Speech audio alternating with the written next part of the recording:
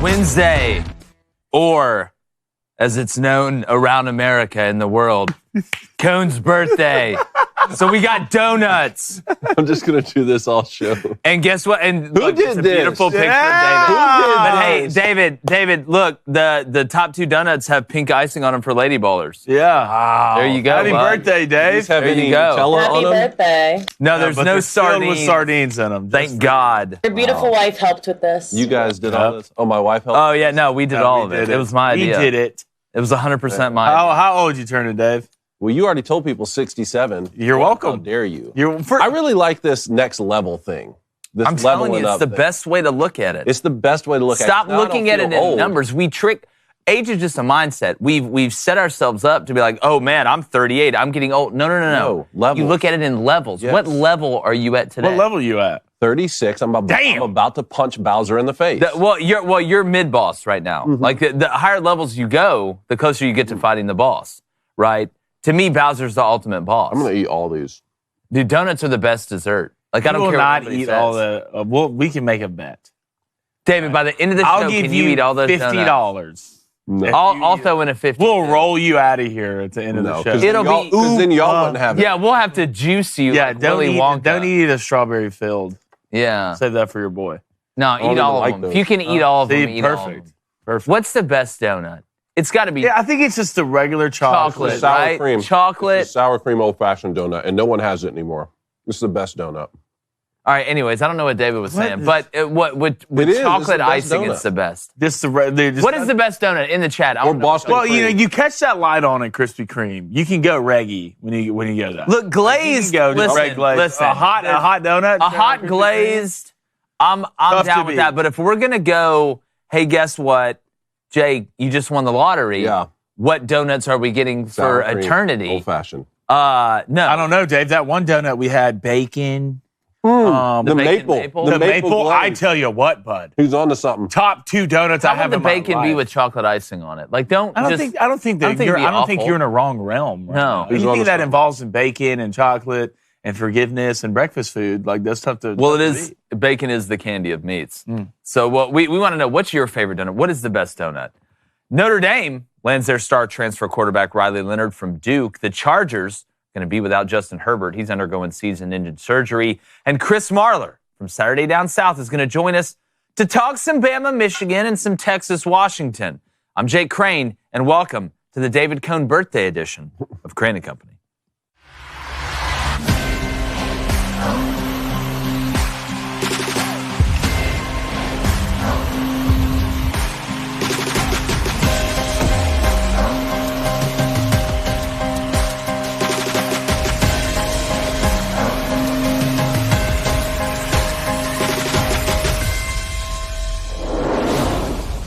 Now, for the second straight season, Marcus Freeman has landed a big-time transfer quarterback through the portal. Last year, obviously, they added Sam Hartman.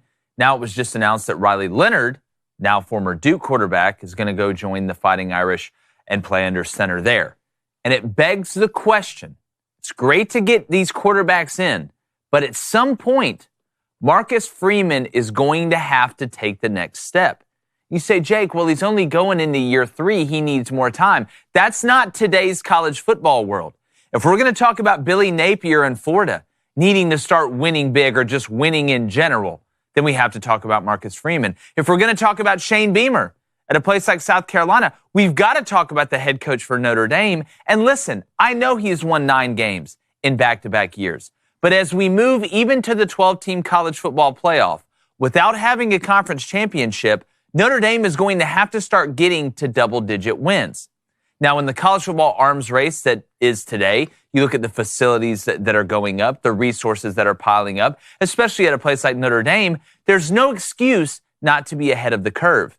And now, with the freedom of movement, or what I call the summer of love in college football, being able to play as long as you want and go wherever you want, you're expected to win even quicker. Look at what Deion Sanders did at Colorado. I know it kind of fell off a cliff at the end of the year, but ever since they made that big step in the beginning of the season, now athletic directors and fans can look back and say, hey, even in a place like Colorado, you can win in year 1. So will Marcus Freeman officially be on the hot seat heading into year 3 with another proven quarterback coming in to run their system. After all, one of the reasons Brian Kelly left is because he really couldn't get over the hump and win the whole thing. But he got to double-digit wins. Now, that was over a longer period of time. But he didn't have the same avenues that Marcus Freeman has. So, if we're going to talk about coaches in high places being on a hot seat, heading into the era of the 12-team playoff, Marcus Freeman and Notre Dame have no excuses now by adding another big-time quarterback in Riley Leonard. Speaking about big-time quarterbacks, got on my left David Cohn, former Michigan quarterback, and a guy that's caught more passes than, I don't know, that was going to go to a weird place for a second. It felt like I was getting attacked. It wasn't an attack. It wasn't an attack. But my favorite receiver, best one since my cell phone, my brother, former Western State, Colorado wide receiver, David. I am not in the business of firing guys after a couple of years unless it's a total disaster. And while I am having to stare at you through this balloon, I can still ask you a legitimate question. You look at Notre Dame's schedule next year. You go to A&M week 1.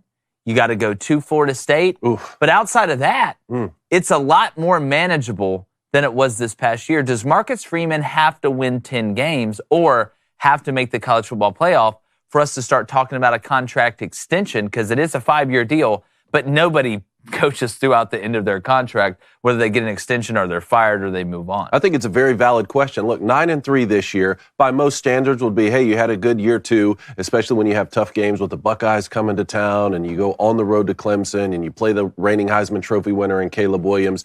But when you brought Sam Hartman in, that's when everything changed to me. Now, this is a huge get for Notre Dame, getting Riley Leonard. I think that he's going to be able to do everything that Sam Hartman was able to do, but even add more with his mobility on the ground. Tremendous get because we thought this kid could declare for the NFL draft. But what's interesting is you already got an elite quarterback out of the transfer portal last year, and you paired him with Audric Estime, who rushed for 1,300 yards and 18 touchdowns this year, with your All-American left tackle and Joe Alt. And plus, all of this centers around Marcus Freeman being a defensive guy. Like, the defensive side of the football was strong for Notre Dame, too, and you still won 9 games. I don't think it's time to panic.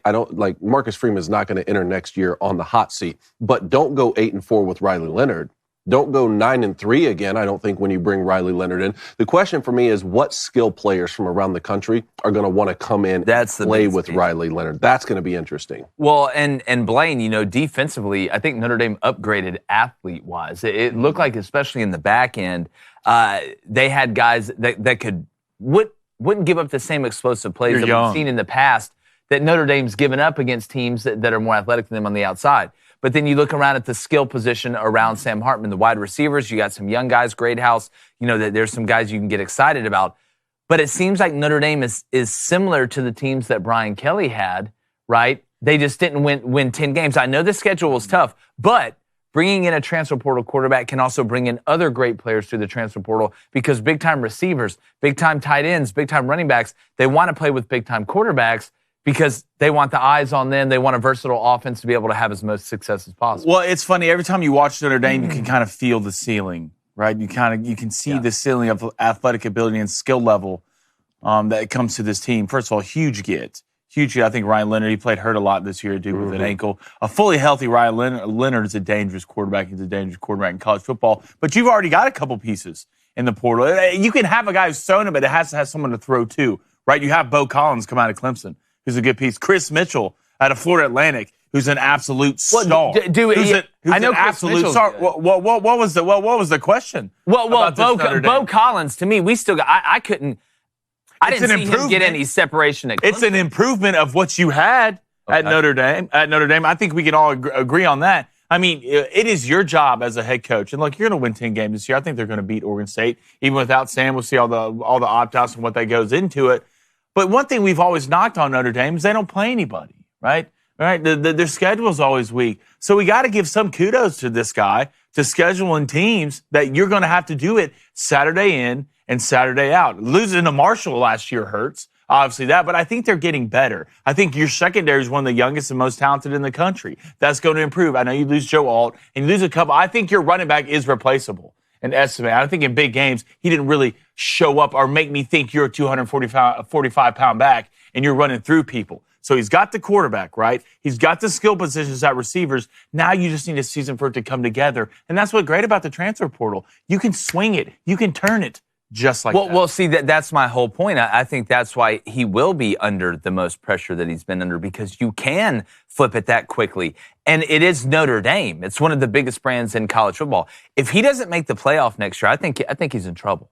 And I really believe that. Because, again, Notre Dame tried to bully. They realized outside at wide receiver, we're not the best skill position team in the country. Sam Hartman's a really good player, but our best way to win is to play good defense and try and play bully ball on offense. Well, that worked for most of the year, but it didn't work against Louisville. It didn't work. You got lucky that it worked out against Duke. And if you're not able to go bully Louisville in their first year with Brom and go bully Duke, even with Mike Elko, who's now at Texas A&M, I mean, you better start upgrading yourself outside so you can take that next step if you're Notre Dame, right? That's been the difference. Can Marcus Freeman do that? Well, with the transfer portal now, with the resources that Notre Dame has, my whole point is that there is no excuse not to do it anymore. And go into a 12-team playoff, you don't have any automatic conference championship bid. You don't get that game. So if it comes down to getting that, however they do the group of 5, that 8th through the 12th seed, you not playing in that conference championship game, or maybe it comes down to a 10-2 Notre Dame versus a 10-2 Ole Miss,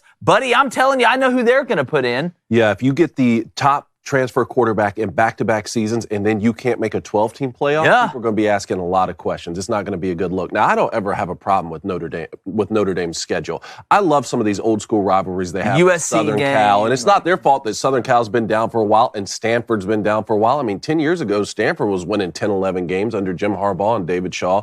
Those aren't the problem. Now they play a quasi-ACC schedule where they do play Clemson, and they'll probably match up with Florida State, like you said, this upcoming season. So my problem hadn't been that. It's been that they don't play in a conference, right? So you don't have that conference championship game. They're not going to be a part of the automatic qualifiers from what we understand. I know none of that's set in stone just yet. But yeah, a lot of people are going to be asking a lot of questions. I still like Audric Estime. 1,300 yards on the ground, 18 touchdowns last year. But the question is, are you going to be that are you going to mimic that old school Alabama type offense, what Michigan's doing these days, kind of what Georgia's done the past couple of years? Or are you going to try and run some of this RPO game with Riley Leonard and have more of a scat back and slot type guy? I think you have to. I don't think Notre Dame is going to line up and start bullying Georgia. I think it's impossible to mimic the old school Alabama offense. I don't think people realize, one, you were better than everybody up front. Right, you're better than everybody at running back, and even you're a ground and pound team, and you had basically Julio Jones and just all these guys at receiver who are better. Alabama could have ran whatever offense they wanted to. I agree with that. They could have came out and ran the air raid. They could have ran the triple option and probably won the national championship. In today's age, it is so hard just to it's so hard to be a Michigan and have 9 guys up front on the offensive line who are going to get drafted. And we don't know if Michigan's going to You have to play to your strengths. And at the end of the day, you can want to be a bully ball team, but teams are going to do what against you? They're going to stack the box. You need to have key players at each position that can separate you on offense. Yeah, the best One last interesting thing here that someone pointed out, it's highly notable that in Riley Leonard's commitment video, the presence of Xavier Watts and Benjamin Morrison are both in that video with him. Now, I know those aren't skill positions. That's the defensive side of the ball. But the Irish have been working on Watts to get him back for one more year, and Morrison remains one of Notre Dame's. I'm not worried about Notre Dame's defense with Marcus Freeman. Which that's a good start. It's a great all the guys on the field. I'm not worried about Marcus Freeman and the defense. I just don't know if Notre Dame can be explosive enough around Riley Leonard to be able to win a national championship. Because that's still the standard at Notre Dame, unless I've just totally missed something, or there's been some big passing of the torch that just went totally by me that I didn't see. Notre Dame expects to win championships, especially when you're not in the conference.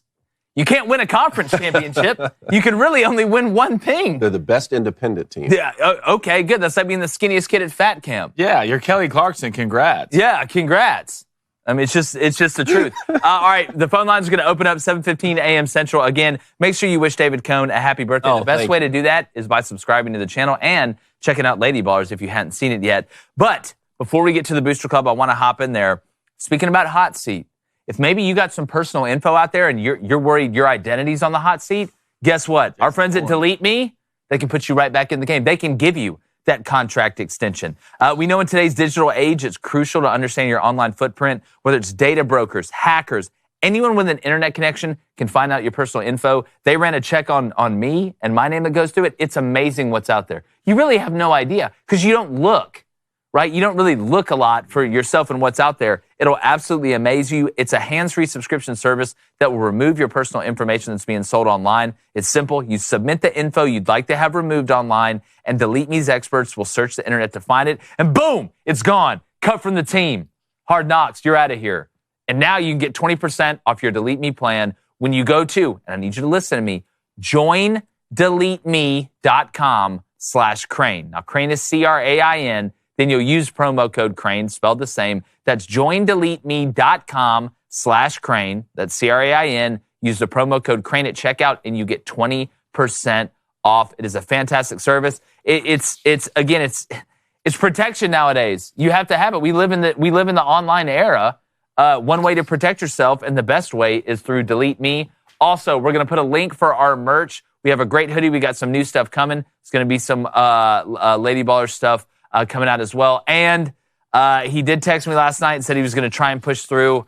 Apparently, Chris is really sick this morning. Our buddy Chris Martin got sick down south. Well, I think he's scared of Michigan. Chris, Sounds look, like if you're he's scared of running, to be Michigan, it's honest. Cone's birthday. What bud. if Jalen Milroe gets sick? Was he just going to not play? Sounds Chris? like he's running. Well, is Chris Marler opting out? I stayed up all night doing show? push-ups for this interview. He Marler opted out. He opted out of He this knew, like, interview. first of all, you're going to come in hot, and two, it's your birthday. It's a bad recipe for Marler, dude.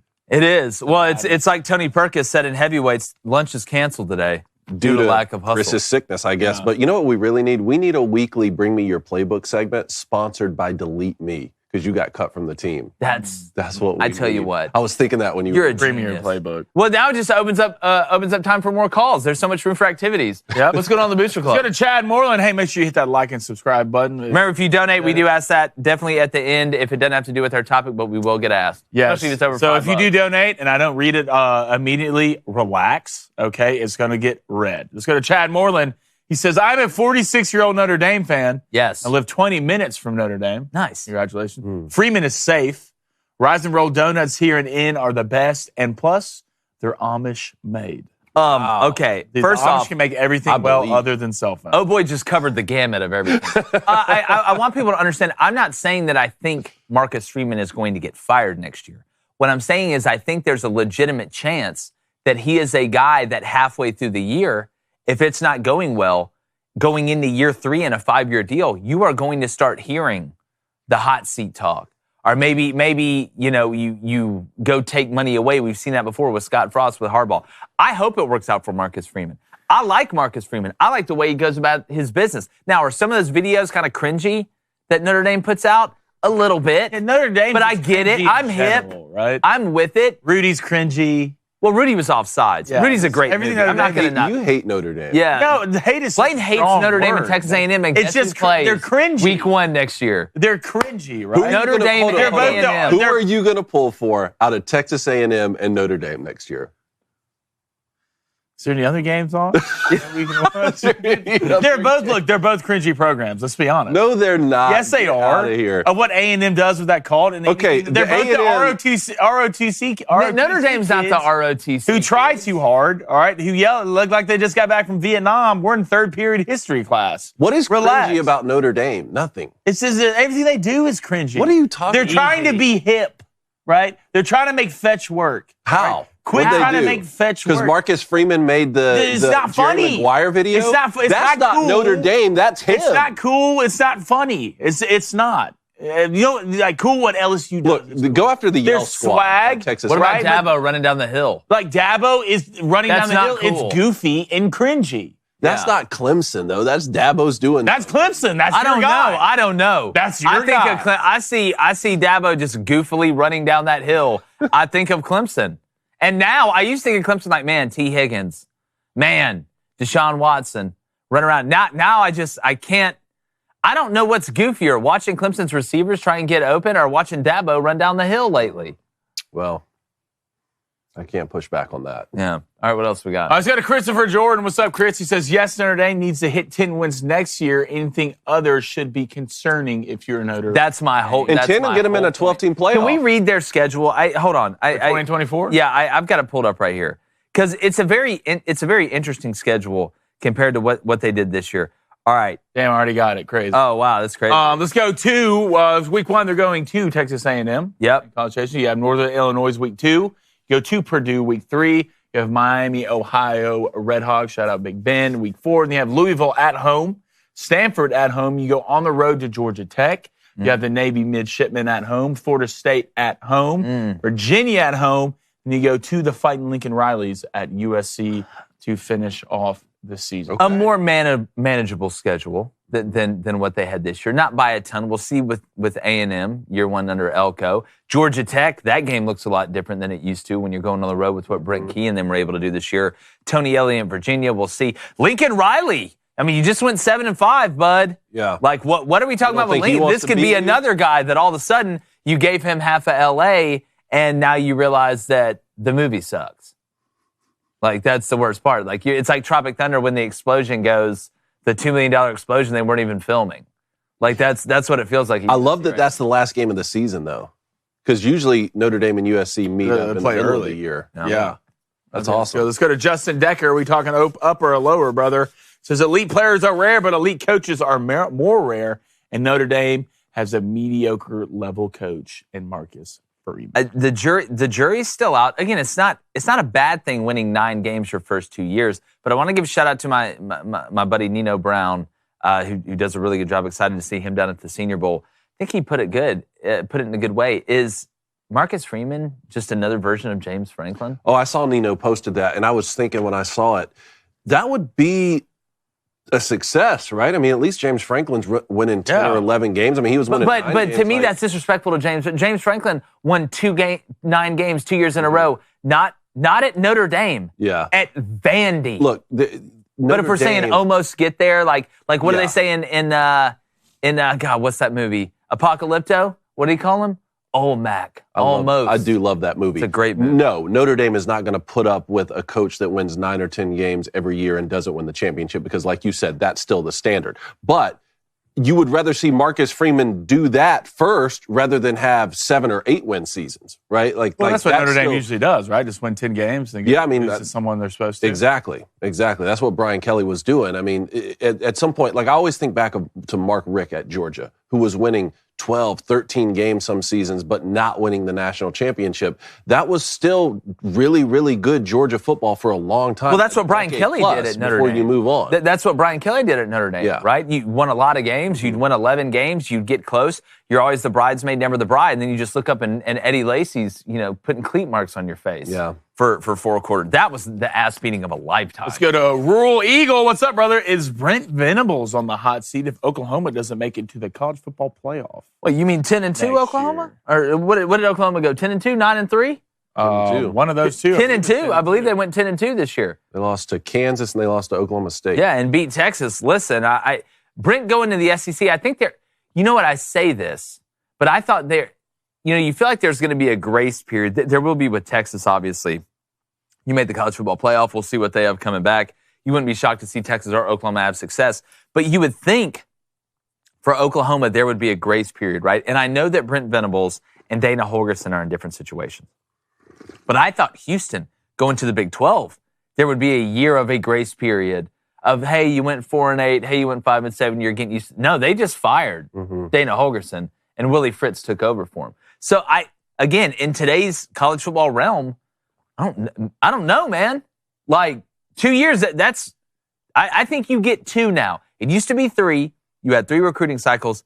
I believe that you get 2 now. But speaking of what I do believe this next segment is going to end up being one of our most popular NFL phrases, Dave. NFL phrases. Here we go. Yeah. You want to explain to the people? I've got a half dozen NFL teams here that I'm going to throw to both of you, and I want a phrase that describes where they are right now in the season. And I'm going to start with the Los Angeles Chargers and a little bit of news here that Justin Herbert is undergoing season-ending surgery on a fractured index finger. Easton Stick will start.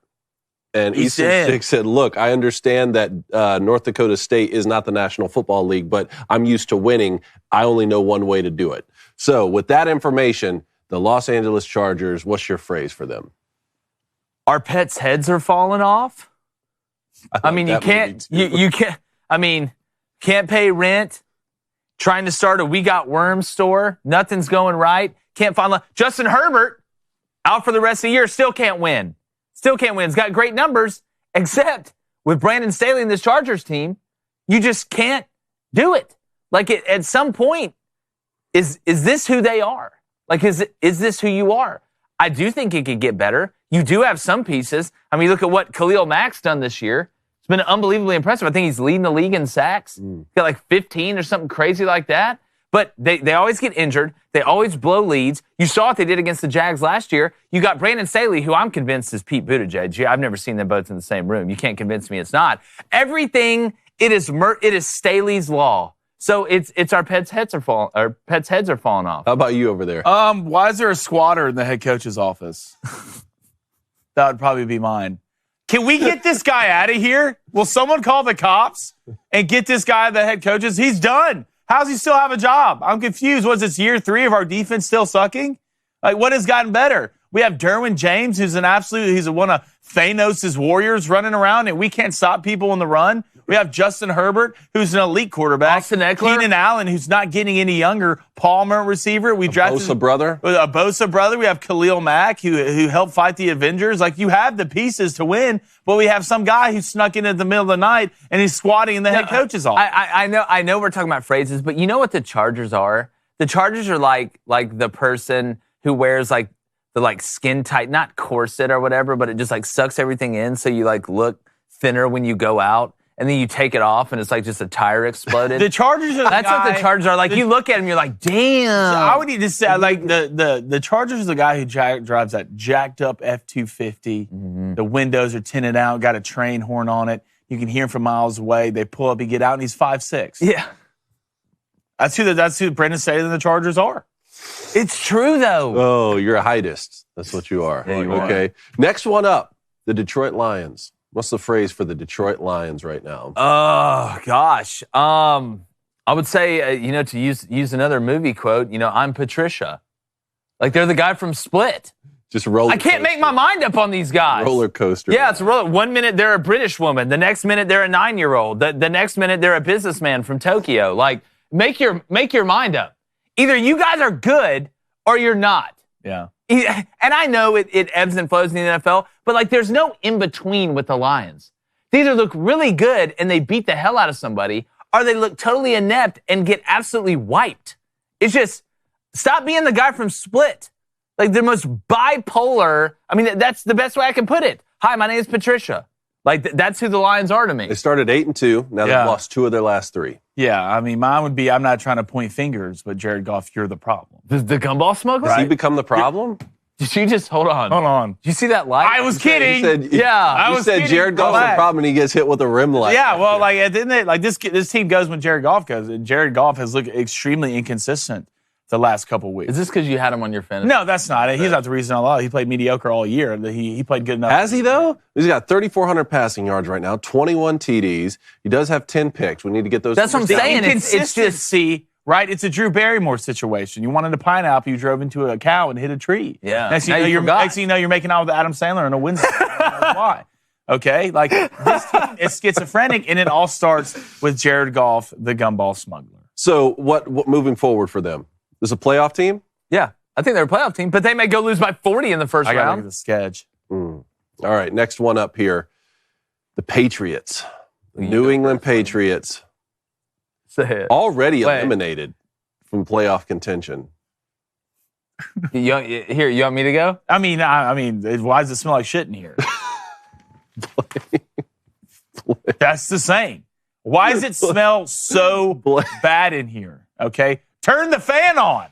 All right? We're talking about Bill Belichick here. They're 3-10. Yeah, it's bad. It's a construction site porta potty. They can't figure out. It's a bad situation right now. It's a construction site porta potty. It's a bad situation. It's rainy. It just got done raining. It's 96 degrees, and the foremen are going in the porta potty. It's not a great situation. We shouldn't have ate that Chinese buffet. You got to clear it out, all right? And you got to do what? You got to get a quarterback. And why is it Jaden Daniels? I don't think that's crazy. And why is it Jaden Daniels? I would be surprised, to be honest, if that man right there, Bill Belichick, is coaching at a different team next year. What? Or a GM. I think he'd be a GM. Either GM or a head coach of another football team next year. I wouldn't be surprised. It happens. He won 6 Super Bowls there. So did Tom Brady. And you saw him playing with the Bucs. Look. It's different. Oh, no, it's Bill Belichick's getting older. All right? Maybe he's losing a little bit of that fire. Yeah. Maybe a little bit of that energy. You know what could help him? Nugenix. That's what could. And if you're tired of wasting your money on testosterone booster products that don't work, I don't blame you. Look, let's be honest. Look at me right now. Think about yourself. We're getting older, guys. I mean, hell, David turned like 46 today. No. All right? You lose a lot of energy. You lose a lot of passion in all areas, right? That's due to a natural loss of testosterone. But do something about it. Feel revived, energized, and work out like you used to with Nugenix Total T. And they let you try before you buy on their supply. And you get a complimentary sample when you text 231231 and you enter keyword Crain. That's CRAIN. And when you do that, you get a bottle of Nugenix Thermo X, their newest and most powerful fat incinerator ever, because that fat is out of here, mister. With key ingredients to help you lose fat fast and get lean even faster, absolutely free. So text 231231 and enter keyword Crain. That's 231231 and enter keyword Crain. That's CRAIN. Testing enrolls in recurring automated text messages. Consent not required to purchase. Message data rates applied. Number one doctor recommended brand by primary care physicians based on independent survey conducted by IQVIA 2022. It's my favorite part. Well done. My favorite. Getting better at that. Nugenix Total T. Grow up, literally. All right. Next one up. Baltimore Ravens. They won 7 of their last 8 despite losing Mark Andrews. You want to take this one? I think we keep going in the order we've been going in. I would say for Baltimore, we fly high, no lie, ballin'. We in the building. Lamar 10-3, wow. 10-3. It's a Jim Jones situation. Looking good. Look, Lamar. You remember how rusty Lamar looked early? You watch him now. It's amazing. You know, we talk about extending the play. Who's the best at it? We talked about Jaden Daniels, how he translates to being a pro. You're not just going to outrun everybody in the NFL all the time. You've got to be able to use those legs to keep your eyes downfield and keep the play alive. I think Lamar with Zay Flowers and Bateman and OBJ and Mark Andrews, now that he's a little bit healthier, it feels like they're just in such a good rhythm, and they do play complementary football. And I tell you what, I think John Harbaugh is one of the few guys that's still in the old school of decision-making when it comes down to when to go for it, when to punt. Last week, great example. Overtime. Ravens get the ball first, right? It's fourth and 1 from almost midfield. He doesn't say, okay, the card says go for it, so I automatically have to go for it. You know what he does? He punts the ball. They get a stop. Then they return the punt to win the game. Like John Harbaugh still, and I feel like that goes a long way with the complementary football they play offensively, defensively, and special teams. They still got I still think Tucker's the best kicker in the league. Speaking of Texas. But again, I think the Ravens right now are in such a good rhythm, and they have a team identity. They know who they are, and I think that's important. I would say it doesn't matter who we are. What matters is our plan, right? And I think the plan for the Ravens right now is anything they want it to be. What do we say about great teams? What can they do? Win in multiple ways. Win games in multiple ways. You go back, they have one of the best defenses in the NFL, one of the best linebackers room in the NFL, and they had to beat a Rams team 37-31. They can beat you in a low-scoring game. They can beat you in a high-scoring game. They can beat you in a shootout. And we always talk about the pieces that need to get brought in. You lose Mark Andrews, which was your number one go-to guy if you're the Ravens. Likely steps up, right? You've seen Odell Beckham coming back into almost what he looked like in his prime. You have Zay Flowers, a guy who's just absolutely your scat back. He can do anything you want. This Ravens team is built to win a Super Bowl this year. And you kind of look around the NFL, what phenomenal just shoulders over everybody team is out there. There's not one. So I think that the Ravens are in the mix to win a Super Bowl this year. With and Lamar gives you a chance against anybody. Absolutely. Lamar's throwing the ball extremely well. So that's a big positive. All right, last one here. The Buffalo Bills, and there's a little bit of news here, too. So former San Diego State and Bills punter Matt Araiza has been dismissed from a lawsuit that alleges a 17-year-old girl was raped at an off-campus party in October 2021. We covered this story for the last 2 years now, and this was after an agreement was reached with the girl who was identifying as Jane Doe. Doe dropped Araiza from the lawsuit filed in August 2022, while Araiza agreed to dismiss a defamation suit against Doe that was filed in July of this year.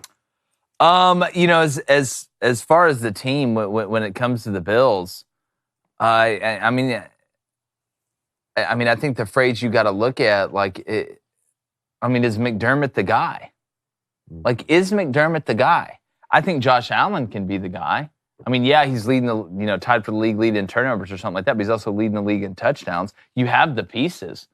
Like, it just seems like the Bills, we talk about consistency. We talk about being bipolar and things like that. I mean, you watch the Bills play every week and you see flashes of it, right? And I know the NFL, the margin between the best team and the worst team is a lot smaller than it is in college football. But I feel like the Bills have all the pieces. They just haven't put the puzzle together. I think they're just a better version of the Chargers, right?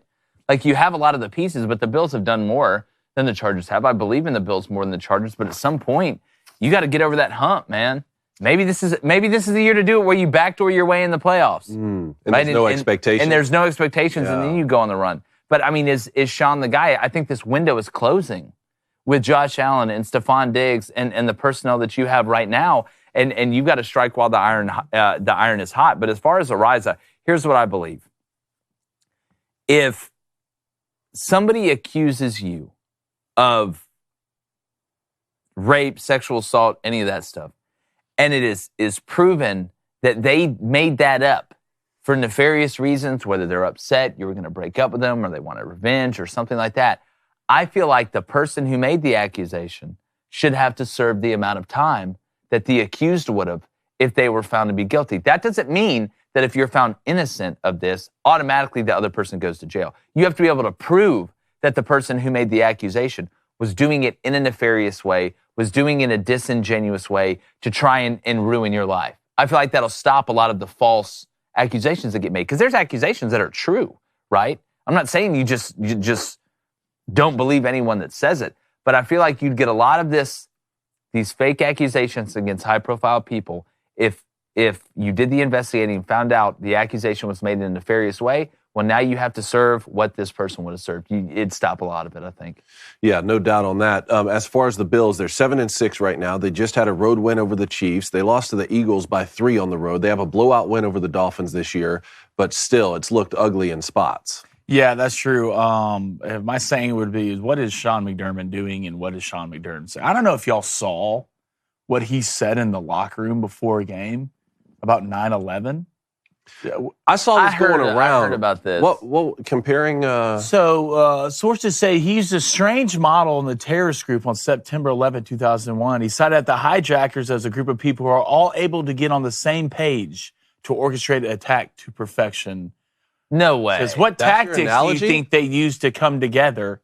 A young player tried to methodically answer, what do you think was their biggest obstacle? And someone answered TCA with mercilessly lighten the security mood. Wait, was that real? Because when I saw it, he came out and apologized. When I saw it, it was cut together with Shane Gillis doing his stand-up. No, that was real. No way. No way. That was real. Sean McDermott's always came out to apologize. First of all, Sean, what are we talking about here, buddy? How did we ever get to this point? How did you ever think this was a good idea? I'm not worried that much about the Bills. I'm really not. The only thing I'm worried about the Bills is you had key defensive players get hurt. 3 of your best guys are down. I don't know. After making that analogy, I'm now even more. Well, I'm worried about Sean McDermott. I'm not worried about the Bills. I mean, you have the pieces. Josh Allen, even if he's leading the league in turnovers, we know who Josh Allen is. He's a phenomenal quarterback. He's a phenomenal athlete. He's one of the best in the league. I think the Bills are good enough to win a couple. But has he been the same without Brian Daboll? As from a turnover standpoint, no. But he leads the NFL in passing touchdowns. I think he's up there for complete. No, he's Josh Allen. The upside. He might be leading in turnovers, but he's also leading in a bunch of these other categories that matter.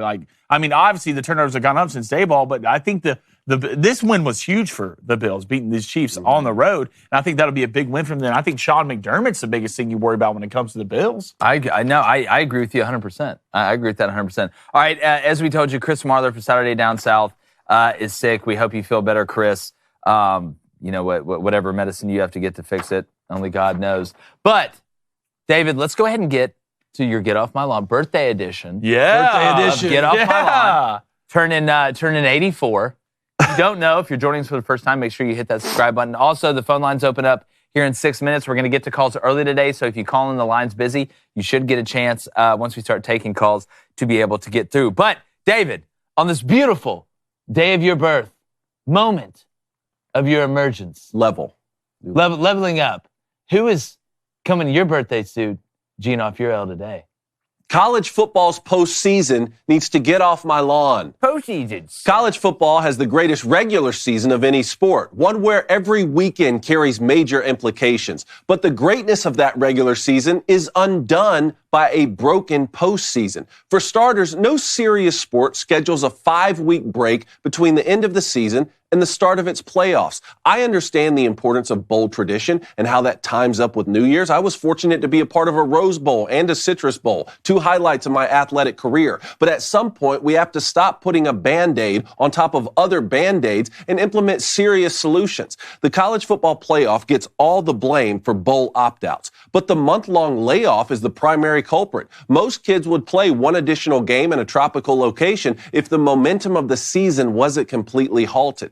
Secondly, the postseason selection process is and has been a disappointment. For years, we let the media and coaches award the national championship. Then we let a computer decide the national championship matchup. And now we have a committee choosing 4 playoff teams from a pool of 133 programs. Enough already. Let the football field have the ultimate say. The most refreshing aspect of a 12-team playoff isn't the expansion, but rather the objective metrics that come with those automatic qualifiers. And lastly, no more championships on Monday night. Every major college football game takes place on a Saturday until we get to the most important game. Then we yield to the NFL and play on Monday night? No, we yield to no sport. Start the first round of the expanded playoffs the week after conference championships. Play each round 1 week apart until you get to the title game around New Year's. There's too much money in the sport for these problems to still exist. So unless we're going to bring back Larry Culpepper, then the powers that be need to hire these 3 guys right here as their consultants, and until then, stay off my lawn. Very nice. Get off your lawn, Dave. Get off your damn lawn, Dave. Get off my lawn.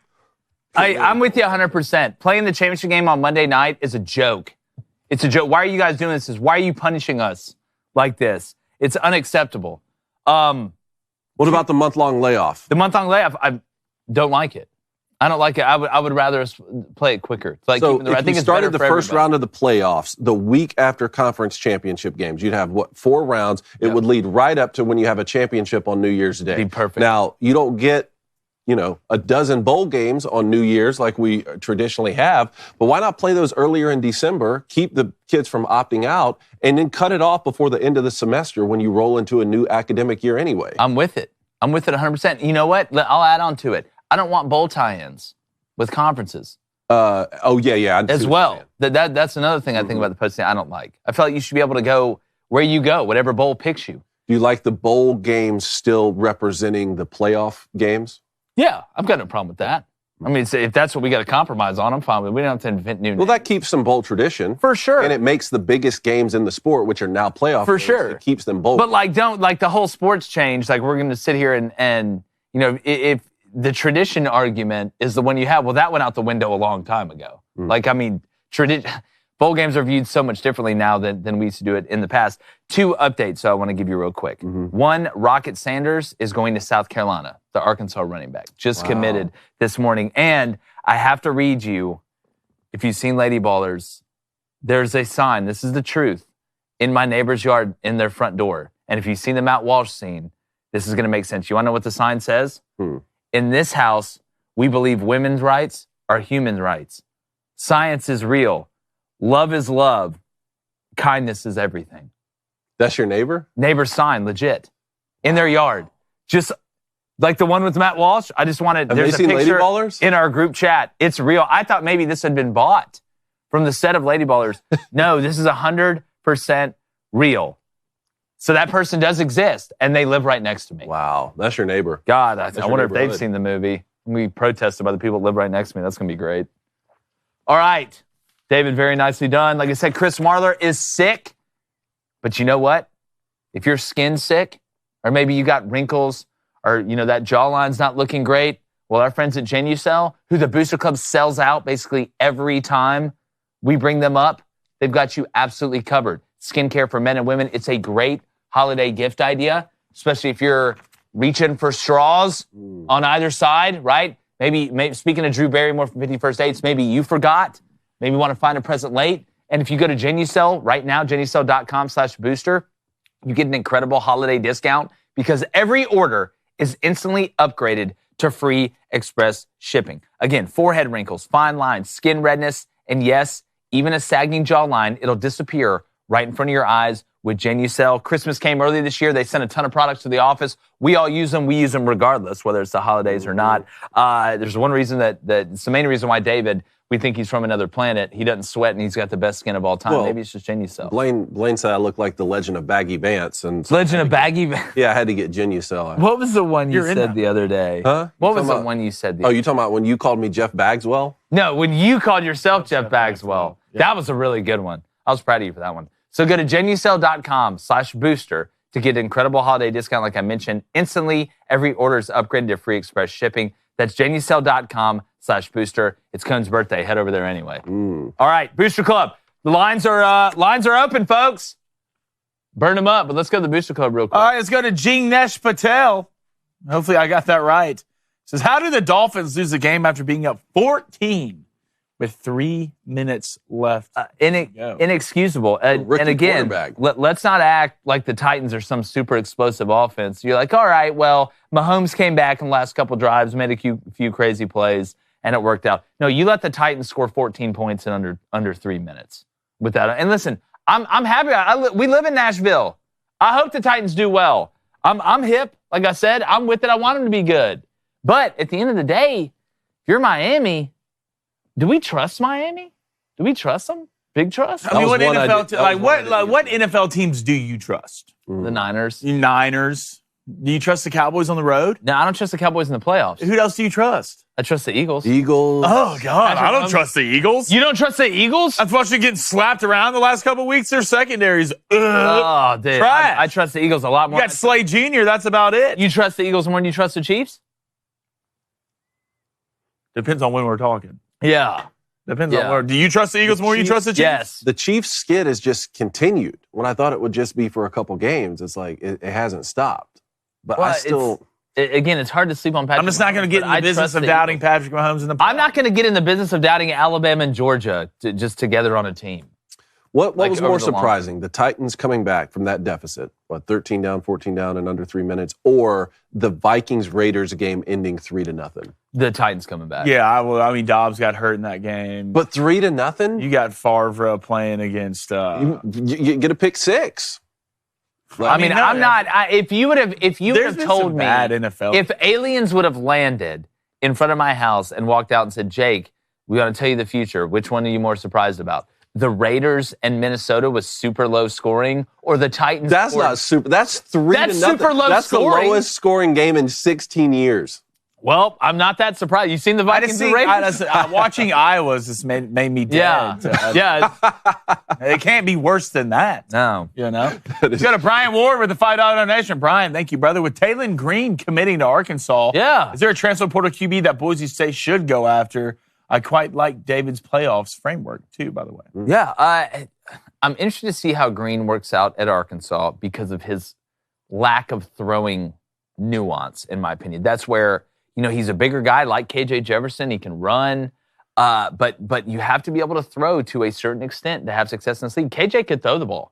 He wasn't the greatest thrower of all time, but he's more accurate than Green. Can Green get to where he needs to be, throwing-wise, to be effective? We'll see. It's nice to have a big athlete like that. Obviously, that's a quarterback position. The second question was about David's framework. He said he quite likes David's playoff. Well, who should Boise State go get at quarterback? Yes. Well, the question is, who can you get? We saw Tyler Van Dyke end up going to Wisconsin, right? Which I think that's a nice fit. That was announced yesterday.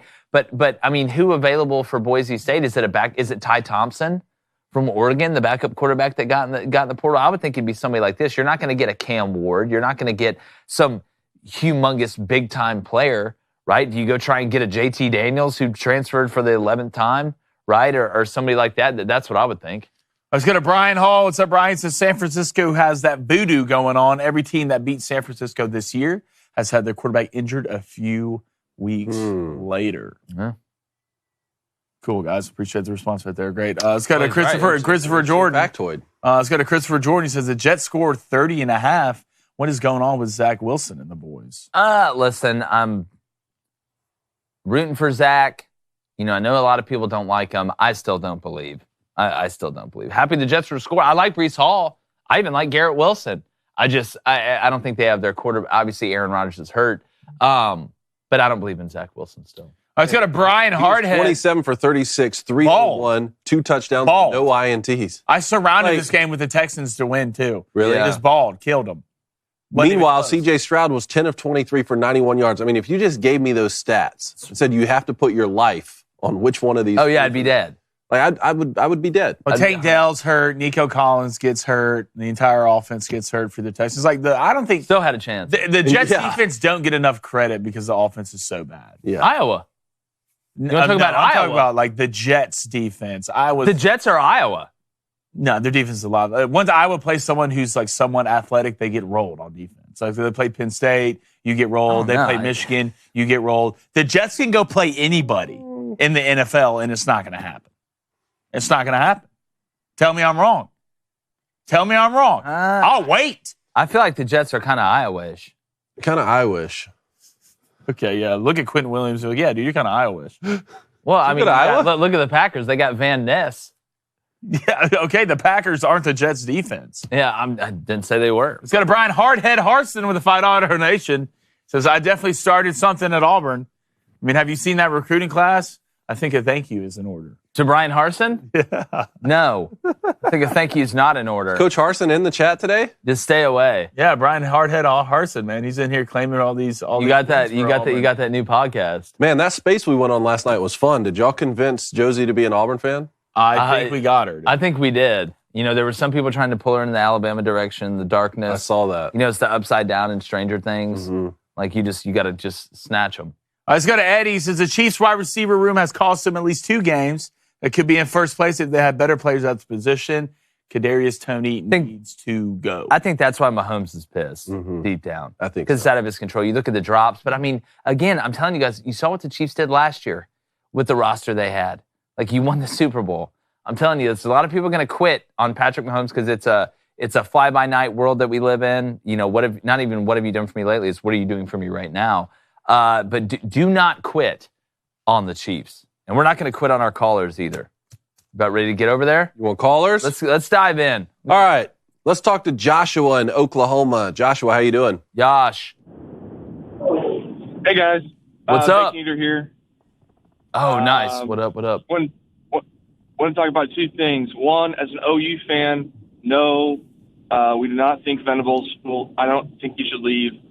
I give him at least 1 or 2 years in the SEC, and then maybe we can talk about that, but not right now. Yeah, I agree with that. Second, Florida State getting into the playoffs. Is that proof that there's SEC bias baked in to the selection committee and the AP, all of the committees? Well, here's my question. If we're going to say SEC bias, are we talking about what's going to make them the most money? Like I think we got to, are we sitting here saying SEC bias means that they think the SEC is so much better than everybody else they have to put a team? Or is it financially more lucrative for them to put an SEC team in? Or is it both? To me, I think it's both. Mm-hmm. I would agree. I would both. And the reason, and as an OU fan, I'm excited because right now I hate the SEC. But come the end of the bowl, you're gonna love it. December, I'm gonna love. I'm all. You're gonna love it. You know what it's like? It's like you upgraded your group of friends, so now you get all the breaks in town, right? Like they're willing to let you buy stuff on credit and search. Like you just upgraded. You get the benefit of the doubt. You see what I'm saying? Now that you're in the SEC. Yeah, we broke the cool kid circle, and now we need to make sure we act right. Yeah, like you went from playing Quidditch to lacrosse with the rest of the bras. Yeah, you grew 3 inches in the summer, and next thing you know, you're in the starting rotation in middle school basketball. You're power forward. You're playing power forward. I think it 100% points to an SEC bias, but the problem is the SEC has delivered every single time that they've gotten into the playoff, even in situations. Is it biased if it's questionable? True? So it's kind of like the playoff committee is saying, well, we know who they are. There's a trust factor, basically. There may be bias, but there's also a trust factor that we know when they get in there, they're going to deliver and they're going to bring ratings and they're going to play competent football. There's a reason McGregor keeps getting title fights. Yeah. Right? He sells tickets, buddy. That's what he does. Alabama does what? Get eyes to TV and they sell tickets, all right? And if there's at the end of the day, this is about making money. All right, this is what this is about. You can go undefeated, all right? Regular season, hell, you can go beat the Globetrons on Glorp 13 and Solar System 7. But if you don't make money, they're not going to put you. Well, it's like they talk about the mafia. The mafia is not about a brotherhood. It's about making money. But where that gets problematic is that ESPN has the TV rights with the college football playoff, and they also have a television deal with the SEC. Yeah. Now, they have other conferences too, and in this specific situation, they have it with the ACC. Wait, David, are you telling me that somebody with a vested personal and financial interest in a certain institution therefore gives that institution the benefit of the doubt and puts them first? Yes, but in this, but before people get too mad, understand the ESPN also has the TV rights to the ACC, which Florida State's in. So in this particular situation, it doesn't come into play. But I just want everyone to be aware of how there are vested financial. Well, that's like and you're right, and that we need to keep an eye on that to call it out. Yeah, but that's like owning a Buc-ee's and a Citco. Like I know where I'm sending the new painters. Is it like that? Yeah, the SEC is Buc-ee's. The ACC is Citco. Sorry. All right, appreciate it, Joshua. Call back in. Let's talk about Oklahoma soon. All right, let's go to Steve in Ohio. Steve, did you see us eating your Buckeyes yesterday? Delicious. Hey. What up? Hey, Steve. Steve. I don't remember seeing you eating the Buckeyes, but you can right now, though. You can right now, though. Steve, are those homemade? Hoorah, I see it. I see you on the screen there, Jake. There it is. There it is. Okay, and Darby Lou said that the Buckeyes counted also as a birthday gift for Cone. They can double. No, that was a lost bet. They can double. Man, hey, how many? You can't make both those into one. Bro, I expected you to be so much further in this donut eating thing. No, I don't want one. I took my time. Go ahead, Steve. What's up, man?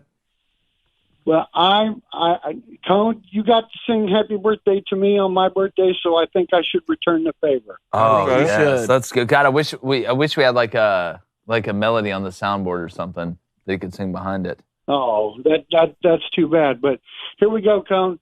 Here we go. Happy birthday. This is your birthday song.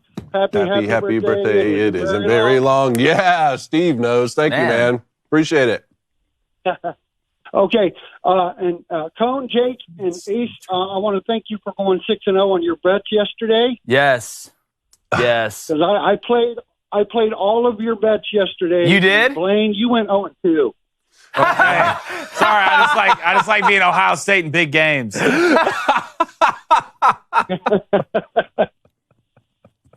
Blaine instantly makes it personal. You attack Blaine personally. The one day you come out going 0-2. He instantly makes it personal, like without missing a beat.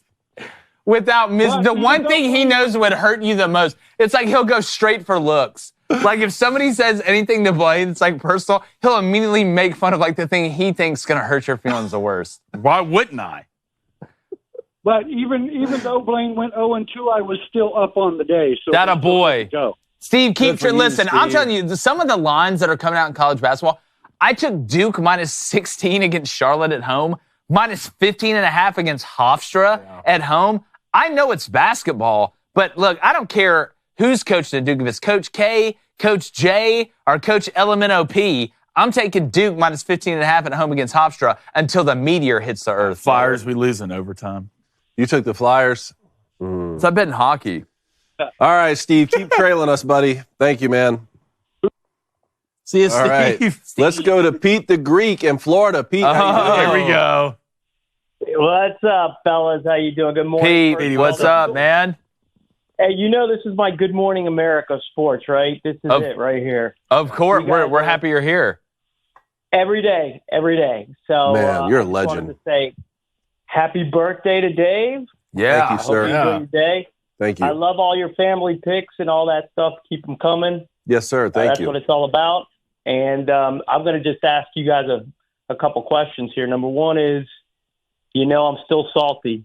You guys know that. Yeah, you are. And Jake, hey, Jake, let's try to get A.D. Alford on with you guys. But that'd be great. Regardless, what do you guys take on, what if we go in there and we beat Georgia? Come out 14-0. Everybody has a loss coming out of this. Well, I know it doesn't change anything, but it kind of puts a seed of doubt into exactly what Dave spoke about on Get Off the Lawn. Yeah, It's a flawed system. It is a flawed system. You guys obviously know how I feel about Florida State getting left out. Well, what I'll say is I think the Bulls are so different now, and with the opt-outs and teams not playing at full strength, even if you're somewhat close to full strength, it kind of negates the argument, right? Now, if Florida State wins, you'll be able to sit here and say, oh, well, stick it to the committee, whatever. But like you said, it doesn't change anything. I think there's always that built-in excuse of, oh, well, sure, bowl games aren't what they used to be. It's not a championship game, so you didn't get up for this. There's always going to be that seed of doubt with the way that the bowl games are played now, even if a couple guys opt out. And it just cannot make up for being left out of an opportunity to win an actual national championship. That's why I said if I'm Florida State, I'm not playing in the game. I'm claiming a national championship. We're having a parade. We're dropping a banner. I'm ordering rings. I mean, it's the greatest day in the history of the world.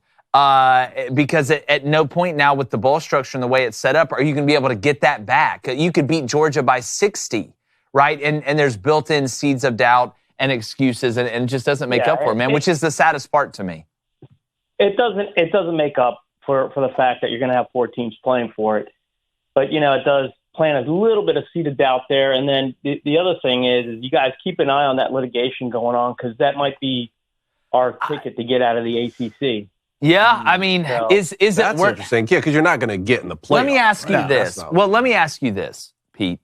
Yeah. With Jordan Travis being hurt, y'all weren't going to win the national championship. I think we can agree, most likely, you were the least likely team to win the national championship. Correct. Is it worth it with Jordan Travis going up? Maybe a little silver lining here for Florida State fans. Is being left out it's a little bit worth it in the long run if that's what can find a way to get you out of the ACC? Is it worth it? Like, was this whole circumstance worth it? Because you weren't winning it. Us, right? Yeah, you weren't winning it without Jordan Travis. The ACC is a Power 5 that's not well respected, obviously. Mm-hmm. So it could be. And then the other thing that you get out of this whole thing is they're still going to have a mess on their hands, Dave. Because that 11th and 12th team next year is going to become a debate. But we're not going to be worried about that. I'm not as worried about that as long as at least the first half are automatic qualifiers, right? Like if we and keep in mind, none of this is set in stone yet because once the Pac-12 got dissolved, they went back to the drawing board. I mean, imagine trying to get all these ADs and administrators across the country back to the drawing board. But. Let me say this, Pete, and we appreciate you calling in. Can we really call the ACC Power 5 anymore? You have to. I mean, how though? What's the difference between them and Liberty going undefeated? Now, you don't get in. Correct. Well, I mean, that's not. I don't think that's the conference's fault, though. And I mean, Clemson has proven when they get in there, they can win. They can win the championship. I will say this: the guys all of you have played at the high level. Defense wins games, and we were playing at a world-class defensive clip there at the end. I agree with that. I agree with that. I also think adversity galvanizes teams. We've seen that. Multiple times, especially in the game of football. But, Pete, man, we love when you call in, brother. Hey, appreciate you guys. Yeah, Pete. Thanks, Pete. It's always fun. We appreciate you, buddy. Thanks, Pete. And we glossed over the fact that their backup quarterback, Tate Rodemaker, was going to be back by the playoffs, right? People love to gloss over. The last thing in the committee's mind was the third-string freshman quarterback playing in the ACC championship. But I do think it would be huge. If Florida State beat Georgia, that would be huge. Because we haven't seen a team, in 20 years, since the 2004 Auburn team maybe, go undefeated and not, in the Power 5, go undefeated and not be the national champion. That could be huge. And also, you could get ran out of the building against Georgia. You could, and because here's the situation. Don't think the committee's hoping that happens. Like you would think, for sure. You would think that Georgia being back-to-back national champions, being left out of the college football playoff, they would have less incentive to go into a bowl game that's not the playoff and compete, and they would have more opt-outs, and Florida State would be galvanized to show up and compete. But it sounds like Florida State's going to have even more opt-outs than Georgia. Yeah, if you're Florida State, I'm not playing this I'm not playing this game. I'm not playing this. No. I'm going the UCF route. We're doing everything. We just won the championship. Yeah. We're on a bus. We've already we're kissing. We're having the parade while y'all are playing the playoffs. It's already You boycott the. It's already a win. What do you mean? Y'all boycotted us. Why y'all boycotted us? We're not boycotting y'all. Y'all boycotted us. That's interesting. I don't think you go risk it against Georgia. All right, let's get to Kirk in Canada. Kirk, how you doing? Gentlemen. What's up, Kirk? Kirk, what's up, buddy? What do y'all do for birthdays in Canada? Do they take away firewood or something? Well, then my question for the birthday boy is, what is the Badger humping? It's the question of our time. It was the question of our time. That may be the most asked question. I heard he got out. He didn't get out. I heard he got out. Laughed That's so not hard, him. I almost hurt myself. Did you enjoy the funny part enjoy was the movie? Go ahead, Kirk. The connection's not great on my end. I'm missing about every third word that you guys are saying, but I think somebody asked me if I enjoyed the movie. Is that Yeah, That's correct. I have a confession. I am one of the most frugal human beings you'll ever meet, so I'm not a subscriber. But I've watched pretty much every trailer there is known to man. Okay. So, one of these days I'm going to break down. Christmas is coming. Maybe I'll treat myself. I don't know. Kirk, you should. You should definitely treat yourself.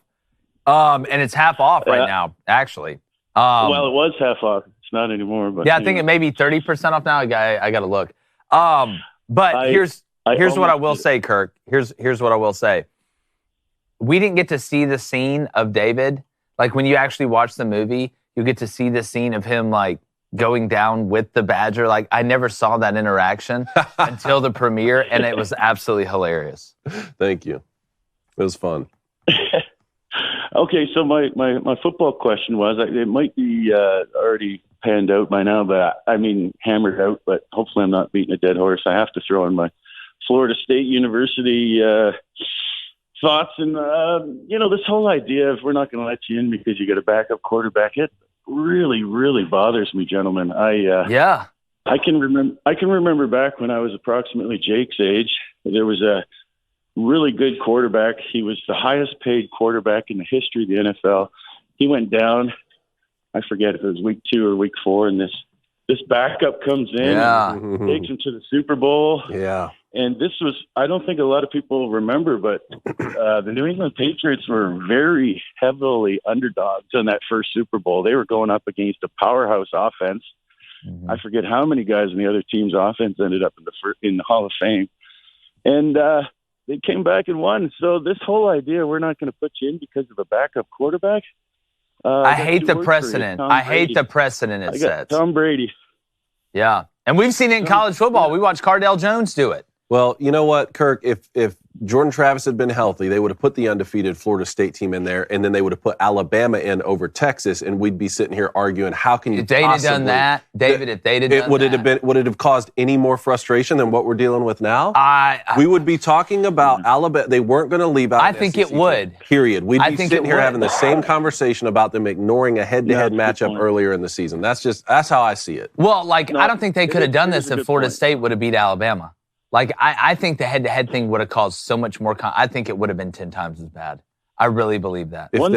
If Florida State beat Alabama, no. If you got a Canadian boy up here in 0-degree weather, which is 32 Fahrenheit, talking about college football. I know. I love it. We're in the middle of the NFL. You're down with the sickness NFL and the NHL season. What do you think about the Flyers? What do you think about the Flyers last night? Now you really break it up. Well, let me ask Blaine then. What do you think about the Flyers last night? 15-10, Kirk. 15-10. Just remember. We're up 2 points. We have 12 and a half, bud. 12 and a half. I'm not worried. Can they hold on? Sound worried. It's cold and you're worried. I'm gonna need a hoodie though, boys. Winter's coming, so make sure you set it. Dude, we got the merch link in Please, the chat. Everybody go buy a hoodie. Yeah, everybody go buy one. But Kirk, speaking of hood, Skyhook, man, just let us know. Yeah, no, for sure. I think Justin keeps playing games up there. We'll get you out. I think maybe my social credit score is not as good for fewer. You should see mine. Maybe that's why I'm not getting a good call today. I don't know. Yeah. Hey, stay warm up there, Kirk. Yeah, bud. We'll talk to you next week. All right. Stay in that igloo. All right, let's go to Hunter in Arkansas. Hunter, how you doing? What's up, boys? What up? What's up, dude? All right, so I've been doing some investigating. All right, get him off the line. Get him off the line. Got a raging clue? I gotta edit it. Yesterday's show confirmed it. Okay. Jake Crain is the biggest Swiftie on the planet. Swiftie? The biggest Swiftie. He is, dude. No, Jordan Rogers is. He is, dude. Jake and Jordan Rogers, biggest Swifties on the planet. What was the proof, Hunter? What was the proof? This man has called Travis Kelce, Travie, like 4 times in the last month. Yeah. Travi? Yeah. Yeah. He's hip like that, dude. Look, we're on a first name basis. Did you not see the commercial I was in with him about when he knew my credit score? About In the COVID tunnel? shot? In the tunnel? You were in the COVID shot? No, I wasn't in that one. Yeah. They didn't let me in that one. Speaking of social credit scores. Now, listen, when it comes to Taylor Swift, Loves her. no, I don't.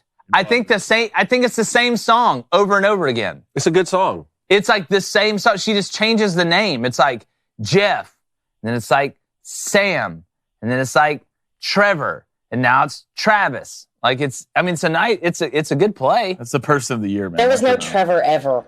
It was Dear John. Get out of here. Yeah. Dear John. I remember that John one. Mayer. It's the same meeting song. with Channing It's Tatum, like man. Zoolander. It's the same look. I feel like I'm taking crazy pills. She's clearly for women. Don't diminish Blue Steel Zoolander's into name this. like that. Jake, don't bring It's the same look. Comparing to the Taylor Swift's mediocre self. What do you say, Hunter? I don't know anymore. But the real thing I called, the real reason why I called is Justin Herbert's finger might have just saved Brandon Staley's job. Really? What? You think so? The Chargers, as a man who's been a Chargers fan for like most of his life, they're killing me. But the GM and the owner, they're going to find a way to keep him. They're going to blame the fact that we're having Carson Wentz's backup be our starting quarterback for the rest of the year. You think If that happened week 1, maybe. Yeah, maybe. No way, right? Not in the NFL, right? Why didn't he get fired after the choke of the century against He's Jacksonville? Why did he got get hired in pictures the of first somebody place? doing something. I don't know. That's all I can come up with. Why was he the pick in the first place? It seems like the Spanos family does not want to, shell out what it takes to go get a high-level head coach. They're losing me day by day, and I'm loving the Texans more. And That's more. why he I needs might to get pull the fired, right? He's losing I fans. might- Dave. It's not going to get any better, right? Throughout the year, it's only going to get worse. You're going to keep losing more games. This is like at the point, like when you lose a couple more in a row, he's going to be gone. I thought Hunter was going to say that it was going to save Staley because Justin Herbert's really not that good. I was about to be like, man, that seems like Deion Sanders demoting Sean Lewis when that's not the problem. No, I just don't understand how he's still there. He's a defensive coach, and your defense has been mediocre since he's been there. Just go hire Eric Bieniemy. Just go ahead and do it. Just go ahead and do it. Someone's going to hire the I offensive looked at our coordinator from the schedule, Lions. and we're not going to win another game. No, you're not. We're just not. Hunter, who would We be played the the Raiders. ideal? Who would be the ideal head coach for you? Oh, I mean, Eric Bieniemy would be nice. Have an offensive coach that actually, does his position well. Yeah. Or just go find somebody in the Kyle Shanahan tree that Or Jim Harbaugh would be a. Well, I'm hearing the offense coordinator from the Lions is just getting called by everybody. Ben Johnson? Yeah. Yeah. I heard he's getting called by everybody. I feel like one he'd of be my a great friends piece. is a there. Lions fan. He doesn't want him to leave the Lions. No. So I wouldn't either. I know Gruden's suing the Raiders in the NFL right now, but he's out there swimming around. Johnny G? Yeah. Roethlisberger, Bettenberger. I sure do love burgers, man. As long as it's not Matt Canada. As long as Oh, God. Anything but that. Blame Canada. Yeah, anything but that. They're talking about a Just skyhook. keep situation. Staley at that point. Yeah, that's exactly. All right, Hunter, we appreciate it, man. Have a good one, guys. You All too, right. brother. I do. Before we get to the next call, quickly, Booster Club chat. Just go back and forth. I haven't looked. I have to go. All right, let's go back to calls then. Nico in Tennessee. We got 2 callers left here today. Nico in Tennessee, how you doing? Nico. Good. How are you guys doing? Great. What's up, man. brother? Happy birthday, Cone. Thank you, Nico. Appreciate that. That one, I nope. just wanted to. Sorry. I've got like an astronautics exam in about 2 hours, so I'm going to be. Wait, say that again? You have a what? Is the answer Jose Altuve? I hope not. I have an astronautics exam. At Oh, God. University of Texas. We need some Josh stuff fixed Dobbs. over here when you're done. Yeah. I didn't know you had a class with Josh Dobbs. Yeah, right. So I just had a question about now that the Power 5 is going into a Power 4. Mhm. Should the conference champs get the bye, or should the best teams get the bye. That's a great question. I see why you're about to go take an astronautics exam. You ask great questions. I was looking at this earlier today. I believe, in my opinion, you should automatically get in if you win your conference championship with the Power Four. But I don't think that should necessarily rank you 1 through 4 and automatically give you that bye. I do. I see. Tell me why you don't. So if you have, like, for example, like Georgia and Alabama, let's say they both went undefeated, and Alabama beat Georgia in the SEC championship game. So Georgia's 12-1, Alabama's 13-0. Obviously, Alabama would get a higher rating. I think that's better than, let's say, if a 10-2 Kansas State or worse, let's say an 8-4 team wins the conference. Beats TCU. I think you should automatically get in. It should be an automatic qualifier, but it shouldn't automatically put you in one of the 4 spots to give you a bye. In my opinion. I see, and I could not disagree more, because what this is going to help is if we let the 4 top spots be the automatic qualifiers, and that's the objective metric, then everybody can say, okay, well, the other 8 teams, no matter who gets in, no matter if it's 6 SEC teams, no matter what bias you may think is involved, those conference champions get the home field, get the bye, that first round, and that's how we're going to move forward. And it gets rid of all this subjectivity and deciding, well, who are the best teams? That's just going to bring us back to the problem we already have. Right now in the NFL, if you win your division, you get home field advantage. Okay? Yeah, you can have a losing record and win your division. Yep. That's just the way it works. So if you're Georgia in that scenario and you lost to Alabama in the SEC championship game, you have to go forward, and you're probably going to host. And there's a logical argument there. But then I think about the way the NCAA tournament does it in basketball,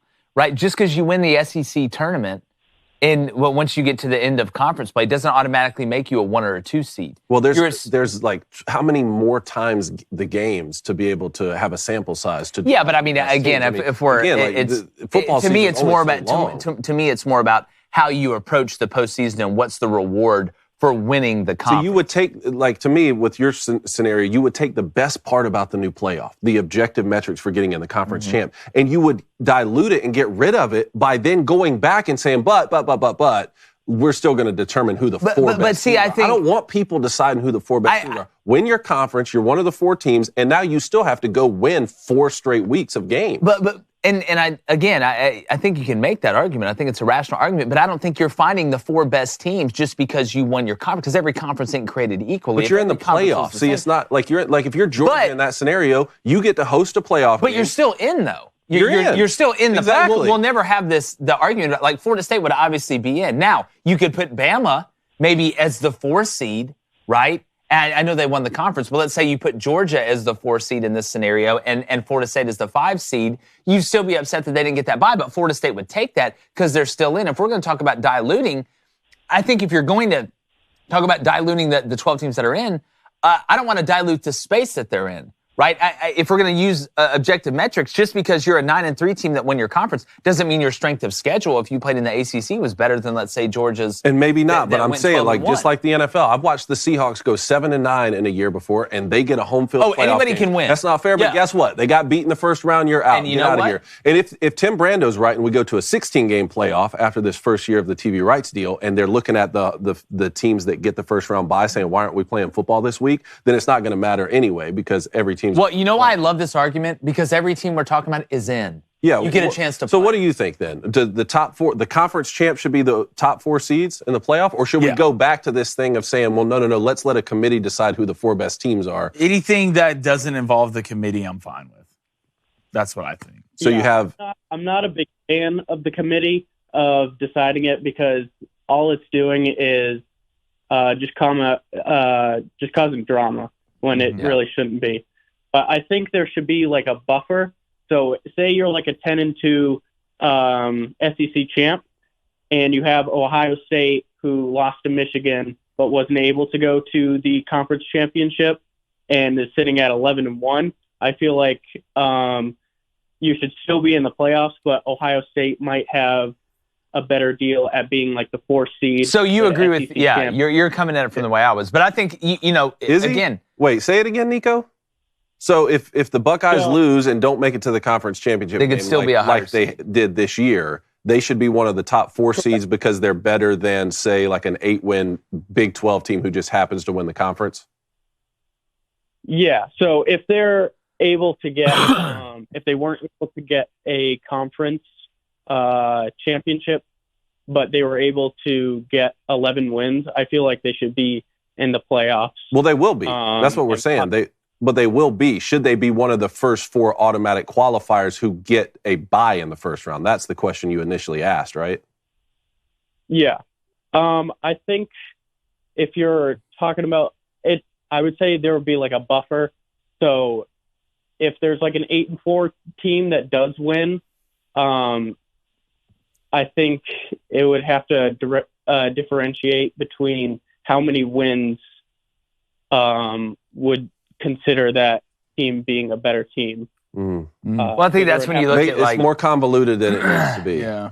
It's like, hey, if you're one of the best teams, just go win the conference. That's what I say. Right. Yeah. And then the rest will still get in, right? I mean, if you're 11-1, you're going to get in. Yeah. Hey, good luck on your test, bud. Yeah. Hey, knock it out of the park. The answer's C. All right, have a good birthday. Oh, is it a Scantron test? It's always C. It's got to be Scantron? Scantron, right? Well, Well, I let's don't go know. to- It's asteroid. He may just be lighting something and seeing if it blows up. Let's go to Elizabeth in Paris. We're international, boys. We're international. Can I come?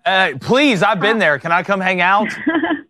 Hi, everyone. Yes, Jake, I heard you've been here. I just wanted to wish you guys, or say 2 different points. First is to David, happy birthday from Chris Thank and you. myself. Thank we miss you. you so much, and we're excited to see you and Darby Lou and the kids.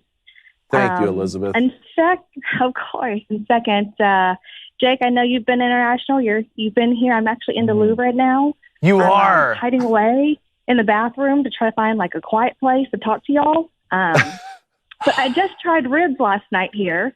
Baked ribs, right? And Yeah.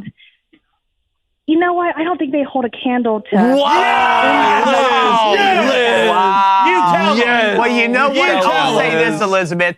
I respect your opinion. You want to know No, he why? doesn't. Because you've been there and you tasted it. That's why. These guys don't. There's no reference. I don't need to. There's no reference. But hey, did you get them from? The place I got them was from AU25 is what it was called. It's like the sign for I gold on didn't- the periodic table.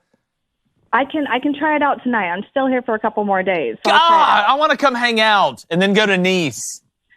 Okay. I went to Mexico well, once. you're welcome to come. Yeah. But it's great to hear you guys. I love your show. I know my fiance loves your show. Go Blue, and Go I Blue, think Liz. Jake Crain is a French spy. Thank Oh you. my Please call gosh, in. Elizabeth. If we see her name, call in. She's automatically thrown to the front. It's an Autopilot, skyhook Pongo, to the front Pongo. situation. What an elite call, Baked Liz. ribs are better here, and Jake is an obvious French spy. No, I'm not. It's obvious. No, I'm not. We're international, boys. Thank you, Liz. Thank Have a you. great day. All right, let's squeeze one more in here. Ty in Missouri. Ty, how you doing? Hey, what's going on, guys? What's up, Ty? What's going on, Coach Crain, Coach What? Jake Crain and Blaine Crain? What's Yeah, up, dude? what is up? I have to give you guys your freaking flowers now. I don't know if people do this daily or at all, but literally, Jake Crain and Blaine, you guys jump-started. Coach Crain, Jake, you jump-started my college career from Iowa Western to Fort Scott, and I don't think you realize what you did for me. Literally, from D3 to D2 to D1 schools, all literally off practice film, recruiting myself and just getting my shit out there, bro. You gave me the chance to actually be a straight actual college athlete. And I didn't have a vision at first. But bro, you speak with so much damn conviction. Like you have to get back to coach. Both of y'all, like the way you put fire under everybody's ass, bro. And all the players that will always talk about you, like, man, Coach Crain, that dude, he didn't see that, like, we need to get him, we need to make sure he get the hell up out of here. Bro, I just want to get both of y'all. Dude, Yeah, that's awesome. Ty, I don't know if you remember. I remember you. Remember my nickname was Nugget. Yeah. Nugget. Yeah. I remember, man, Yeah, listen, bro. I tell you what, number one, I appreciate that, brother. Thank you. I'm unbelievably proud of you. You did most of the work. I'll say this. That was the most fun part about coaching me. I love winning more than anybody. I'm as competitive as anybody that you'll ever meet. But I think what makes sports and really what makes football, in my opinion, is why it's my favorite sport, is it's such a people's game. It's such a person's game. And, the relationships that you build through sports and through that sport in general, with grinding as much as you do and the things you have to go through and the hoops you have to go through and the ups and the downs. Hearing you say that, man, that means the world to me. That's the best compliment I could possibly get and love doing and love what I'm doing now and unbelievably proud of you, man. But it's something that I think back on. Some of my fondest memories aren't plays that were made off the field. It was conversations that were had off the field. Man, that means the world, you calling in and telling me that, man. I really appreciate that. Ty, if you played for these guys here, I'm going to have to get your number and call you later because I need to hear some of the good stories. There is some. Bro. For sure, man, my number is in here. You guys can call at any time, bro. You are always open to I can call you at any time and I text you at any time. That. You will call and text back, so it's the same thing, bro. If you need me, I got all the players' numbers, bro. If you need to, you can always chat it up. Hey, I'm proud of you, man. Appreciate it, Ty, man. Congrats. Keep doing it, though. The journey's never done. You know that. We talked about that. Have a great Christmas, man. All right, brother. That was a good one. Wow. Awesome, man. That had to feel good. Oh, yeah. Awesome. All right. I'm going to get to the board of bets or extreme justice. Well, we have the marker? And we have a marker. We did it. We did it, you guys. I know we put a lot on your plate. God got us. Go get that marker. Yeah, he did. Justine, proud of you, girl. Proud of you, girl. Yeah, thanks, guys. Took you long enough. All right, like Steve was saying. Hey! Ty got me fired up, dog. Man, I missed that. That's the one part I missed the most. All right, so here's what I'm going with tonight. First off, I want to give mad love to Duke in South Florida. Okay, thank y'all for coming through for the kid last night. Up 20 units in college football betting, trying to match that in college basketball. If we do that, I'm afraid the Men in Black are going to show up, but that's fine. Bring them. Here's what I got today. Mississippi State, Murray State, over 136.5. Like Chris Jans, doing a great job at Mississippi State. And then Southern Miss, 6.5-point dog on the road at McNeese. Right? At McNeese State. Nice may be my favorite place in France, but I don't believe in the McDonald's version of it. So give me Southern Miss plus 6.5 at minus 112. I love it. I'm going to take 2 TTP overs today. The first one, Florida Atlantic. Let's give me the team over at 89.5. minus 110. And I'm going to take the Northwestern TTP over 78.5 minus 115. All right, give me FAU minus 23.5 at home. That's going off at minus 110. And then I'm going to roll with the over in that game at over 153.5 minus 110. So I would love for David to hit his TTP. Yeah. All right. Ace. He's bet buds with Blaine. He's going to take the Owls. Hoot, hoot, hoot, hoot. Come home, Ace. Of FAU. That was the Final Four ball club last year. Yes, sir. Minus 23.5. And then Creighton. Another bird, the Blue Jays. By the way, they play Bama this weekend, I think. What was that? Didn't you have a vision one time of the Blue Jays showing up, and then it was like Creighton, and then they let you down? No, it wasn't a bluebird. It was just a bird that built a nest on my back porch, and it was the day I was trying to fill out my bracket before March Madness started, so I took Kansas to win it all. And it was. I knew it was something along the lines. And it was another bird team that came through. So, see, the hardest part, I always tell people, it's not seeing the signs, it's interpreting them. I know, because a week before that, my neighbor was walking their brother's dog, and he was a husky, and UConn ended up winning the championship. I'm just telling you, it's I was a week too late. It's tough. All right, let's get some donations here. Let's go to Will Hyatt with a $5 donation. Will, thank you, brother. He says, happy birthday, Cone. Yeah. Thank you. I've leveled up to 36 2 weeks ago. Go Blue. Look at that. Go Blue. Got Feeling Dangerous 113 with a $10 donation. He says, head down to Orlando on Friday to catch the Cure Bowl. Nice. Between App State and my Miami Redhawks. But a question for you. I think college football was better before we had a playoff. What's your thoughts? Number one, you're not the first person to go to Orlando to find a cure. The second thing is, I think what I'm hoping is that this year in college football where we had multiple teams, not just 2 or 3, but David, I could legitimately say 5 to 7 teams I think that can win. And it's the first time we've had that. I don't agree. I think the playoff was better because we've seen situations where... But is that the new norm? I think the playoff it's going to be great regardless because we're getting more games. Here's the problem. Right. The goal with college football was never to crown a national champion, right? Like 50, 60 years ago, that was never the goal. So no one ever had to worry about it. And then all of a sudden you had the AP and the coaches, they would vote and they would sort of award, hey, this was the best team based off what we saw, or whoever won the Rose Bowl or this or that. Then people got tired of that. Like, well, look, this conference thinks they're the best. This conference thinks they're the best. Let's have a national championship. So we had the BCS system. Auburn gets left out undefeated in 2004. That can't happen. What are we doing? So we have a 4-team playoff. Look, I think it's just growing pains. Yeah, I hope so anyway. I hope so too. Let's go to F3 Shake and Bake with a $10 donation. Appreciate it. David, happy birthday, bud. The Donut Hole in Destin has a variety of great old-fashioned donuts, including a blueberry that you've got to try. Have a couple on. Who said that? That is F3 Shake and Bake. See, Shake and Bake gets it, man. So we have Rise and Roll. Wait, somebody said Rise and Roll. Somewhere else is a donut place that's really good. I forgot. Let's screenshot those. I want to try them all. Then there's what's the name? The Donut Hole in Destin. Yeah. Have we been there? I'm good right now. Thank you. Have we been to the Donut Hole? I think I've driven past it.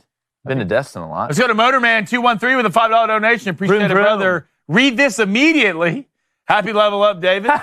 Bought the wife the popular package from Jenny Cell for Christmas. Yeah. Thanks for what y'all do. Hashtag let's go. The Booster Club loves them some Jenny Cell. They do. Man. Let's go to No Soup for Knowles with a $5 donation. Happy birthday, David. You're definitely not old, but you definitely are fat. Yes. And meanwhile, you're eating donuts. I'm not. Yeah. I gained 3 pounds since high school. I might have put that last part in there, let's be honest. Let's go to Ryan with a $5 donation. David Wire looked into a direct dono link. I love to donate and ask questions, but I hate that this censorship platform takes most of it. You guys do great. We have one. You can put it straight in my wallet. Yeah, no, here's what you do. You go buy a hoodie, right? And then you take its picture with the hoodie, and then we answer whatever you have to say quicker than anybody. Yeah, I'm starting a new charity. It's called Blaine's Bank Account. I'm pretty excited about it. You should donate to it. All right, let's get to the poll. It helps with learning disabilities. And kids who can't do other things that good either. Let's get to the poll. Is Marcus Freeman on the hot seat? Yay or nay? Nah. I'm going to say they said no. Dave, what do you think? 63%? 73. Really? No. 55%. Yes. Heating up. Can you believe Jaden Daniels got one of the best players? With over 50%? With over 50% yesterday? LSU fans may have spammed the chat. That had to be the only one. Hey, I love it. Or maybe that SEC bias. Huh? I love it. All right, great stuff today, guys. David, happy birthday. And you know what? It's your birthday. You start us off. Hold on, I'm choking on a donut right now. Yeah, David's choking. Make sure you get that on camera. And like the chances, can they see me? And like the chances of me losing to Bowser when I level up, we're gone.